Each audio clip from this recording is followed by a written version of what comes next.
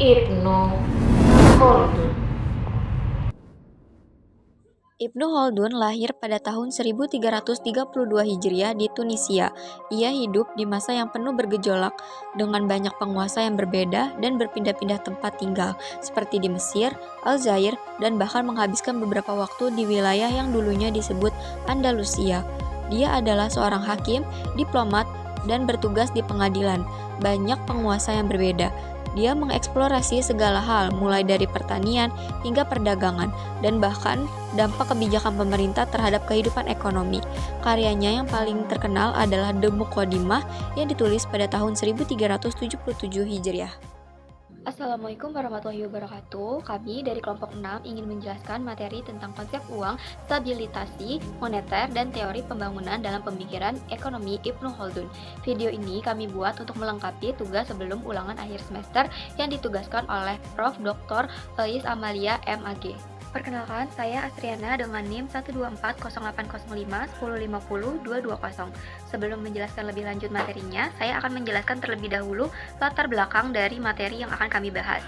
Ibnu Khaldun merupakan salah satu pemikir besar Islam yang mengkaitkan antara ekonomi, sosial, politik, dan moral dalam membangun peradaban. Melalui karya monumentalnya, Muqaddimah, ia menjelaskan bahwa kemakmuran suatu negara bergantung pada keadilan, moralitas, dan solidaritas sosial atau ashabiyah. Menurutnya, kestabilan ekonomi tidak hanya ditentukan oleh harta atau kekuasaan, tetapi oleh kebijakan yang adil dan perilaku masyarakat yang beretika. Pemikiran Ibnu Khaldun tetap relevan hingga saat ini, terutama dalam menghadapi ketimpangan ekonomi dan krisis moral di era modern seperti saat ini. Selanjutnya, saya akan menjelaskan tentang karya-karya dari Ibnu Khaldun. Yang pertama ada Kitab Al-Ibrar. Kitab Al-Ibrar merupakan karya monumental Ibnu Khaldun yang membahas teori sejarah dan sosiologi. Judul lengkapnya adalah Al-Ibrar wa Diwan Al-Mubtada wal Khobar fi Ayam Al-Arabi wal Ajami wal Barbar wa man Ashharum min Zawi Al-Sultan Al-Akbar, yang berarti catatan sejarah bangsa Arab, non-Arab, dan bangsa barbar, serta para penguasa besar pada masanya. Kitab ini terdiri dari 7 jilid dan mengupas sejarah dengan metode yang berbeda dari karya sejarah lain pada waktu itu. Jilid pertama dari kitab ini adalah Muqaddimah, yang berisi pengantar dan kritik tentang fenomena sosial serta sejarah. 6 jilid berikutnya membahas sejarah alam semesta secara panjang lebar. Ibnu Khaldun menulis kitab ini dalam rentan waktu sekitar 4 tahun dan menampilkan metode analisis yang cermat terhadap peristiwa-peristiwa sejarah, masyarakat, dan pola perkembangan peradaban. Yang kedua ada Kitab Al-Muqaddimah. Kitab Al-Muqaddimah ini adalah karya paling monumental dan menjadi pengantar bagi Kitab Al-Ibrar. Ditulis hanya dalam waktu 5 bulan pada tahun 779 Hijriah. Kitab ini membahas berbagai aspek ilmu sosial dan sejarah secara komprehensif, mulai dari definisi sejarah hingga analisis sosial, politik, dan ekonomi. Dalam Muqaddimah, Ibnu Khaldun memperkenalkan banyak konsep baru yang sangat berpengaruh. Salah satunya adalah konsep asabiyah yang berarti solidaritas sosial atau semangat kebersamaan yang menjadi fondasi terbentuknya suatu peradaban. Kitab Muqaddimah menjadi inspirasi utama bagi para ilmuwan sosial dan sejarawan hingga masa kini dengan pemikiran yang sangat mendalam dan inovatif. Dan yang ketiga ada Kitab Al-Tarif. Kitab Al-Tarif adalah autobiografi Ibnu Khaldun yang menyajikan perjalanan hidupnya secara sistematik dan lengkap. Ditulis pada awal tahun 797 Hijriah, buku ini awalnya berjudul At-Tarif bi Ibnu Khaldun Mu'alif Hadza Al-Kitab. Ibnu Khaldun melakukan revisi dan penambahan materi hingga beberapa bulan sebelum wafatnya pada tahun 808 Hijriah. Dalam revisi terakhir, ia menambahkan bab yang membahas sejarah berbagai negara secara terpisah dari awal hingga akhir. Dalam kitab ini, Ibnu Khaldun tidak hanya menceritakan kisah hidup pribadinya, tetapi juga menggambarkan perkembangan pemikiran dan pengalaman yang membentuk karya-karya ilmiahnya. Buku ini menjadi satu-satunya autobiografi panjang dan sistematik yang dihasilkan oleh Ibnu Khaldun. Buku ini juga menunjukkan sisi humanis dan filosofisnya secara mendalam. Selanjutnya, saya akan membahas tentang kunci kemakmuran sebuah negara menurut Ibnu Khaldun. Yang pertama, ada pembangunan ekonomi produktif atau al-imrah. Menurut Ibnu Khaldun, kemakmuran sebuah negara sangat bergantung pada pembangunan ekonomi yang produktif dan berkelanjutan. Ia menekankan bahwa aktivitas ekonomi yang mencakup pertanian, perdagangan, kerajinan, dan industri harus diorganisasi dan didukung oleh negara agar tercipta pertumbuhan ekonomi yang stabil. Pembangunan ini bukan sekedar peningkatan kekayaan materi, tetapi juga mencakup pembangunan sumber daya manusia yang berkualitas, pengembangan infrastruktur, serta penciptaan iklim yang kondusif untuk inovasi dan kegiatan ekonomi produktif lainnya. Yang kedua, ada keadilan sosial sebagai pilar utama kemakmuran atau al-adl. Dalam pandangan Ibnu Khaldun, keadilan sosial adalah fondasi utama dari keberlangsungan dan kemakmuran negara. Ia berpendapat bahwa keadilan bukan hanya soal moral etik, tetapi juga berkaitan langsung dengan stabilitas politik dan ekonomi nasional. Pemerintah harus mampu menegakkan keadilan dalam distribusi kekayaan dan kekuasaan agar rakyat merasa aman dan termotivasi untuk bekerja keras. Ketika rakyat merasa adanya tegaknya keadilan, kepercayaan terhadap pemerintah akan meningkat dan tercipta solidaritas sosial yang kuat. Sebaliknya, jika terjadi ketidakadilan, ketidakstabilan sosial dan korupsi akan muncul, yang akhirnya akan menghambat pertumbuhan ekonomi dan melemahkan keberlangsungan negara. Oleh karena itu, keadilan harus ditegakkan secara konsisten dan adil dalam seluruh aspek kehidupan, termasuk dalam pengelolaan sumber daya alam, perpajakan, dan distribusi kekayaan. Yang ketiga, ada pengelolaan pajak yang adil dan proporsional. Ibnu Khaldun sangat menekankan pentingnya pengelolaan pajak yang adil dan proporsional sebagai salah satu faktor penentu kemakmuran. Ia mengingatkan bahwa pajak yang terlalu tinggi akan mengurangi intensif masyarakat untuk berproduksi dan berkontribusi, serta dapat menimbulkan keresahan sosial. Dalam konteks ekonomi, pengelolaan pajak harus mampu mendukung pembangunan tanpa membebani rakyat secara berlebihan. Pajak perlu diterapkan secara adil, sesuai dengan kemampuan rakyat dan harus dikelola secara transparan untuk menghindari korupsi dan penyalahgunaan kekuasaan. Yang keempat, ada stabilitas sosial dan politik. Konsep stabilitas sosial dan politik merupakan salah satu pilar utama menurut Ibnu Khaldun dalam membangun kemakmuran. Ia menegaskan bahwa negara yang makmur harus mampu menjaga kedamaian dan persatuan masyarakat. Solidaritas sosial atau ashabiyah dianggap sebagai kekuatan utama yang mampu menahan konflik dan memelihara kestabilan internal negara. Negara harus mampu memimpin dengan adil dan bijaksana serta mencegah munculnya perpecahan yang dapat mengancam eksistensinya.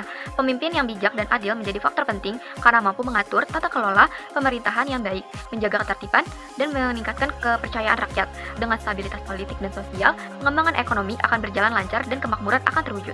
Yang kelima, ada posisi geografis dan lingkungan kondusif. Faktor eksternal seperti posisi geografis sangat berpengaruh pada kemakmuran negara. Negara dengan lokasi strategis di jalur perdagangan, sumber daya alam yang melimpah, serta lingkungan yang sehat dan subur akan memiliki potensi besar untuk berkembang secara ekonomi. Akan tetapi, potensi tersebut baru dapat benar-benar dimanfaatkan jika negara mampu mengelola sumber daya tersebut secara bijaksana dan efektif. Dalam hal ini, tata kelola pemerintahan yang transparan dan kompeten sangat dibutuhkan agar faktor geografis ini dapat memberikan manfaat maksimal bagi rakyatnya. Dan yang terakhir, ada pengembangan kebudayaan dan peradaban. Selain faktor material, Ibnu Khaldun menegaskan bahwa kemakmuran juga ditentukan oleh perkembangan budaya dan peradaban. Kemajuan ilmu pengetahuan, seni, dan tradisi sosial yang maju akan memperkuat identitas bangsa dan meningkatkan daya saing di kancah internasional. Pengembangan budaya mendukung terciptanya masyarakat yang inovatif, kreatif, dan harmonis sehingga mampu mengelola sumber daya secara optimal dan menjaga keberlanjutan pembangunan. Sebelumnya perkenalkan, nama saya Salsabila Qori Permatasari dengan NIM 12408051050210. Jadi selanjutnya saya akan menjelaskan tentang mekanisme harga menurut Ibnu Khaldun. Jadi secara keseluruhan, harga adalah nilai suatu barang atau jasa yang diukur dengan jumlah uang yang dikeluarkan oleh pembeli untuk mendapatkan sejumlah kombinasi dari barang atau jasa beserta pelayanannya. Menurut Sayyid Sabiq, harga yang sah adalah harga yang disetujui oleh kedua belah pihak tanpa adanya paksaan. Penetapan harga dalam Islam, yaitu Rasul menolak untuk membuat kebijakan dalam penetapan harga pada saat harga sedang naik karena dorongan permintaan dan penawaran yang dialami. Nabi juga tidak menetapkan harga jual dengan alasan bahwa dengan menetapkan harga akan mengakibatkan kezaliman, sedangkan zalim adalah haram. Karena jika harga yang ditetapkan terlalu mahal, maka akan menzalimi pembeli. Dan jika harga yang ditetapkan terlalu rendah, maka akan menzalimi penjual. Hukum tersebut yaitu tidak ada penetapan harga, dan ini merupakan kesepakatan para ahli fikih. Mekanisme penentuan harga dalam Islam sesuai dengan maqasid syariah, yaitu merealisasikan kemaslahatan dan menghindari kerusakan di antara manusia. Ibnu Khaldun menyebabkan bahwa tinggi rendahnya harga juga dapat dipengaruhi oleh tarif pajak dan bea cukai yang dikenakan, serta biaya produksi dan ihtikar. Beliau juga berpendapat bahwa pemerintah tidak boleh menetapkan harga, ditakutkan hanya dapat menguntungkan pihak tertentu saja dan merugikan pihak lain. Pandangan menurut Ibnu Khaldun itu, harga dipengaruhi oleh penawaran dan permintaan. Jadi jika barang langka, maka harga akan naik, dan jika barang melimpah, maka harga akan turun. Kondisi kota dan keamanan transportasi juga berpengaruh. Semakin mudah distribusi barang, maka semakin stabil harga. Selanjutnya mengenai klasifikasi barang menurut Ibnu Khaldun. Menurut Ibnu Khaldun, klasifikasi barang itu dibagi menjadi dua. Yang pertama ada barang kebutuhan pokok atau primer, yaitu makanan pokok seperti gandum dan sayur mayur. Yang kedua itu barang pelengkap atau sekunder dan tersier, yaitu seperti lauk pauk, buah-buahan, dan kendaraan. Nah, di kota besar itu, barang pokok lebih melimpah karena menjadi prioritas kebutuhan masyarakat. Jadi, dalam slide kali ini, kesimpulannya adalah, dalam Islam, harga harus mencerminkan keadilan dan kemaslahatan. Rasul dan Ibnu Khaldun juga menekankan mekanisme pasar yang sehat dan tanpa menetapkan harga yang zalim. Jadi selanjutnya saya akan menjelaskan mengenai faktor-faktor yang mempengaruhi harga menurut Ibnu Khaldun. Yang pertama itu ada permintaan dan penawaran. Jadi, harga akan naik saat permintaan tinggi atau barang langka, dan harga akan turun saat barang melimpah. Ibnu Khaldun menekankan pentingnya harga moderat, yaitu harga yang tidak merugikan produsen dan tidak memberatkan konsumen, demi tercapainya keadilan dan kesejahteraan bersama. Yang kedua itu tenaga kerja. Jadi, nilai barang juga ditentukan oleh biaya tenaga kerja dan proses produksinya. Dan kerja manusia adalah sumber utama nilai dan kemakmuran. Jadi semakin tinggi produktivitas dan keahliannya, maka semakin tinggi pula nilai ekonomi yang dihasilkan. Dan yang ketiga adalah peran pemerintah. Jadi, pasar sebaiknya berjalan bebas tanpa intervensi berlebihan. Namun, jika harga yang sudah tidak wajar atau terjadi kecurangan, maka pemerintah boleh turun tangan sebagai pengawas atau hisbah untuk memastikan keadilan dan kestabilan pasar. Yang keempat itu daya beli masyarakat. Jadi, harga juga dipengaruhi oleh kemampuan masyarakat untuk membeli barang. Jika daya beli turun, maka permintaan akan menurun, dan harga ikut jatuh, dan begitu pula sebaliknya. Selanjutnya yang terakhir itu ada pajak dan pungutan. Pajak yang tinggi dapat menaikkan harga barang, terutama di wilayah perkotaan. Karena itu, pajak harus dikelola dengan bijak agar tidak menekankan pasar. Ibnu Khaldun juga menekankan pentingnya zakat dan wakaf untuk pemerataan pendapatan dan menjaga stabilitas harga. Jadi intinya pada slide kali ini, menurut Ibnu Khaldun, harga itu terbentuk secara alami melalui interaksi pasar, bukan semata-mata oleh kebijakan pemerintah. Dan tujuan akhirnya adalah untuk mewujudkan keadilan dan kesejahteraan, serta kestabilitasan ekonomi masyarakat. Selanjutnya saya akan membahas mengenai konsep uang dan stabilisasi moneter menurut Ibnu Khaldun. Jadi, peran uang dalam ekonomi menurut Ibnu Khaldun itu, uang adalah alat yang sangat penting untuk memfasilitasi perdagangan dan interaksi sosial. Menurut Ibnu Khaldun, dua logam yaitu emas dan perak adalah ukuran nilai. Dia melihat bahwa sistem barter tidak efisien, sehingga masyarakat beralih ke sistem jual-beli dengan uang sebagai perantaranya. Pada masa Ibnu Khaldun, dinar yaitu emas dan dirham yaitu perak digunakan sebagai alat tukar utama. Ibnu Khaldun menegaskan bahwa emas dan perak adalah ukuran nilai yang stabil, karena nilainya tidak dipengaruhi oleh fluktuasi subjektif pasar. Beliau menganjurkan agar harga emas dan perak tetap konstan, sedangkan harga barang lain boleh berfluktuasi sesuai penawaran dan permintaan. Ibnu Khaldun berpendapat bahwa uang tidak harus mengandung emas dan perak, tetapi emas dan perak berfungsi sebagai standar nilai uang, sehingga dengan pernyataan tersebut, pemerintah wajib menjaga nilai uang yang dicetak. Ibnu Khaldun merekomendasikan penggunaan uang standar emas dan perak dan menyarankan agar harga emas dan perak tetap konstan. Harga barang lain dapat berfluktuasi, tapi harga emas dan perak harus tetap stabil. Ibnu Khaldun menekankan bahwa ekonomi tidak hanya soal keuntungan, tapi juga harus berlandaskan etika dan keadilan. Individu dan perusahaan harus mempertimbangkan dampak sosial dan lingkungan dari setiap kegiatan ekonomi. Ia menolak praktik penimbunan uang atau ihtikar karena membuat uang berhenti berputar dan menghambat kemakmuran masyarakat. Dan Ibnu Khaldun berpendapat bahwa kekayaan negara tidak ditentukan oleh jumlah uang yang dimiliki negara, melainkan oleh produksi dan aktivitas ekonomi nyata. Jika uang banyak tapi produksi rendah, maka uang itu akan hilang nilainya. Oleh karena itu, produksi adalah motor utama pembangunan dan kesejahteraan. Jadi, uang harus beredar aktif dalam masyarakat agar ekonomi hidup, dan kemakmuran suatu negara itu bergantung pada peredaran uang dan volume interaksi. Jadi, nilai uang bisa berubah seiring waktu, tapi dasar kestabilan ekonomi tetap bergantung pada keseimbangan antara penawaran dan permintaan. Jadi intinya pada materi kali ini, Ibnu Khaldun melihat uang bukan sekadar alat tukar, tapi fondasi moral dan sosial dalam ekonomi. Ia menekankan stabilitas nilai, larangan penimbunan, dan pentingnya produksi serta keadilan sosial. Pemikiran ini tetap relevan hingga kini dalam membangun ekonomi yang sehat, adil, dan berkeadilan sosial. Selanjutnya mengenai stabilisasi moneter menurut Ibnu Khaldun. Jadi, dalam konteks modern, otoritas moneter seperti bank sentral memiliki peran penting dalam menjaga stabilitas nilai tukar, tingkat harga, dan penawaran uang. Mereka mengendalikan suku bunga, kredit, dan jumlah uang beredar agar perekonomian tetap seimbang. Sistem nilai tukar bisa tetap atau berubah tergantung kebijakan negara. Ibnu Khaldun mengatakan bahwa mendapatkan suatu tingkat harga yang stabil dengan suatu biaya hidup yang relatif rendah sebagai pilihannya, dari sudut pandang pertumbuhan dan pemerataan, dikaitkan dengan laju inflasi dan deflasi. Beliau juga mengemukakan pandangan ekonomi makro lainnya yang biasa dikenal sebagai macroeconomic equilibrium. Menurut Ibnu Khaldun, setiap negara akan cenderung menyeimbangkan kondisi ekonomi mereka dengan cara membuat penyesuaian antara permintaan agregat dan penawaran agregat. Ibnu Khaldun menginginkan harga yang stabil dan biaya hidup yang rendah karena inflasi atau kenaikan harga akan merugikan pemerataan ekonomi dan deflasi atau penurunan harga akan menurunkan semangat produksi. Ia menolak pematokan harga yang berlebihan karena bisa menghancurkan insentif produsen untuk produksi. Jika keseimbangan ini terganggu, maka akan terjadi inflasi, deflasi, atau bahkan resesi. Selanjutnya ada faktor yang mempengaruhi penawaran dan permintaan. Jadi faktor yang mempengaruhi penawaran itu ada permintaan, tingkat keuntungan, jumlah tenaga kerja, keterampilan, keamanan, dan kondisi sosial. Dan faktor yang mempengaruhi permintaan itu ada pendapatan masyarakat, jumlah penduduk, kebiasaan konsumsi, dan kesejahteraan umum. Jika harga terlalu rendah, maka modal produksi akan menurun, menyebabkan kemunduran ekonomi. Selanjutnya, menurut Ibnu Khaldun, inflasi bukan disebabkan oleh jumlah uang yang beredar, tapi oleh kenaikan biaya produksi dan peningkatan permintaan. Ia menolak teori kuantitas uang dan menyatakan bahwa uang berperan sebagai alat tukar, bukan faktor utama penggerak ekonomi. Uang harus beredar sesuai dengan volume kegiatan ekonomi, bukan dicetak berlebihan. Dinar dan dirham menjadi standar moneter yang menjaga kestabilan nilai uang. Pemikiran moneter Ibnu Khaldun berhubungan dengan pemahaman tentang fungsi uang karena uang memiliki kunci penting dalam aktivitas komoditi dan permintaan transaksi akan uang.